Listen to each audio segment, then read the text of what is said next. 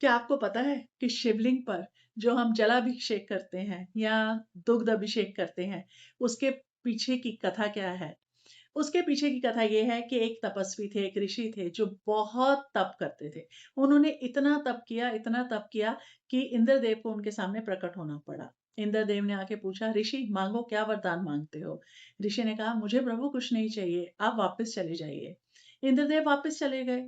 कुछ सालों तक उन्होंने देखा कि वो ऋषि तो तप करे ही जा रहे हैं। उन्होंने जो है कई देवों को भेजा, उन्होंने देवों को भी यही कहा कि मुझे कुछ नहीं चाहिए। अब इंद्रदेव ने जो है वो ब्रह्मा जी को भेजा। ब्रह्मा जी गए। ब्रह्मा जी ने बोला, बोलो ऋषि, क्या चाहते हो, क्या वरदान मांगते हो? उस ऋषि ने कहा, मुझे कुछ नहीं चाहिए ब्रह्मा जी, प्रभु आप वापस चले जाइए। जब ब्रह्मा जी भी वापस आ गए तो इंद्रदेव परेशान हो गए कि कहीं ये स्वर्गलोक पर तो नहीं अपना आधिपत्य जमाना चाहता या हम सब पर राज करना चाहता है। वो भागे भागे जो है वो भगवान शंकर के पास गए। उन्होंने कहा, भगवान, एक ऋषि है जो इतने सालों से तप करी जा रहा है और उसको सारे देवता मैंने भेज दिए, मैं खुद भी गया, मैंने ब्रह्मा जी को भी कहा, पर वो वरदान मांगने से मना करता है। तो शिव जी ने कहा, तो फिर क्या हुआ? करने दो, तपस्वी है, तप कर रहा है, क्या हुआ? ऋषि है, जितनी तप करेगा अच्छा है। भगवान ने कहा, नहीं, वो अगर इतना तप कर रहा है तो क्या पता वो देवों पर राज करना चाहता हो, वह स्वर्ग लोक पर राज करना चाहता हो। आप जाइए और उसे रोकिए। भगवान शंकर गए। जिस कुटिया में वो रहते थे, क्योंकि वो ऋषि तो वहां थे ही नहीं, उन्होंने उस कुटिया को आग लगा दी।